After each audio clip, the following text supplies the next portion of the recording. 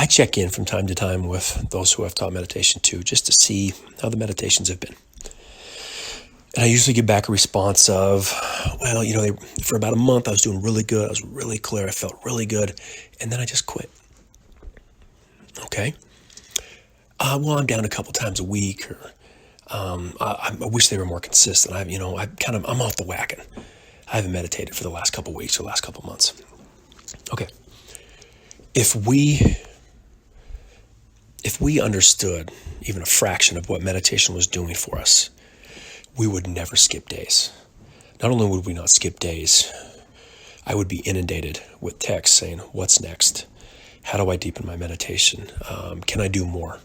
Can I do this? Just asking questions, finding out a way to expand the benefits of this very simple practice that is to your benefit and is in the control of your own hands. We don't have the capacity with the naked mind and the naked eye to understand the layers past the mind, to understand what meditation does for us, to understand what spending time in that nothingness that we came from does for us, right? Think of it this way.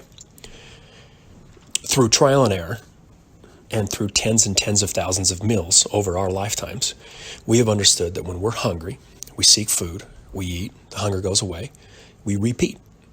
We now know, very simply because everyone else is doing it, that we're hungry, gain the food, sustains us, and we repeat over and over and over. The food for our body sustains us. We get to stay on this planet. We get to stay in this body. We get to stay in this existence. If we skipped meals for weeks on end or months on end, we would no longer exist. So what about the soul? What about the food that we give the soul? What about the time we spend with the soul to strengthen it? That's meditation. And we've been marketed to for meditation that it's a stress reducer, remove anxiety, little odds and ends there, and it's got a bunch of people meditating. But we don't understand the importance of it, so we do it for a little while and we stop. Or we do it once in a while, maybe once a week or a couple times a week when we're super, super stressed. Or, whenever we feel like it. But that's not going to be an important thing on our to-do list because we've got too much going on that drives us crazy, creates the anxiety and the stress in the first place. And if we spend more time on that, maybe something will change. Rational, isn't it? We don't feed the soul. We don't spend time meditating. When we feed the soul, when we meditate, we strengthen the soul, we strengthen the nervous system, and then that's where we come from. We come from a less divided place, a less conflicted place. We're in more open space for friends and family and work and everything else in this world. When we don't feed the soul, it's weak, the nervous system's taxed. What has to take over? The mind. What's the mind? It's the most divided, conflicted tool on the planet today, and it's the only tool that most people on this planet think about, use, or know. It's an incredible tool when used correctly. It's not an incredible tool when it uses us.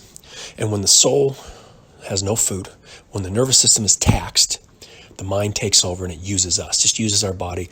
Look at the chaos in the world today. That's the mind using us. The nervous system of very intelligent, well-to-do, wealthy, confident individuals that you have seen just fall apart in the last 6 months to a year. That's because of the nervous system. It's not because of coronavirus. It's not because of the economy. It's not because of politics. Those are all leaves. Cut the leaves off. They grow right back. It's the nervous system. There's a rising of consciousness on this planet. No one talks about that because we base this entire world off of levels of intelligence. There's a lot of gaps with the levels of intelligence. Levels of consciousness, as that raises, we need to strengthen our nervous system. When we don't, it weakens the nervous system. It doesn't purify it. We see the chaos, right? How do we treat friends and family and strangers when we're absolutely drop dead tired? When the nervous system is taxed, we don't treat them too well. When we meditate, that's food for the soul. Food for the soul strengthens the nervous system. That allows us to use the mind correctly. That allows us to spend time in a much more open space.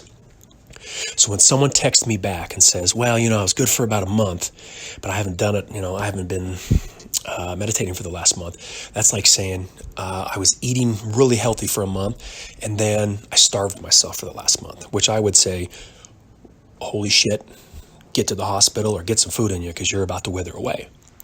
We don't think about that for the soul. We think about that for the body. You would never skip a meal. Well, sometimes you would. But we need the food for the body to create this existence, to sustain this existence, for you to listen to this message on the other end. Food for the soul with the meditation is a necessity, but we don't think that.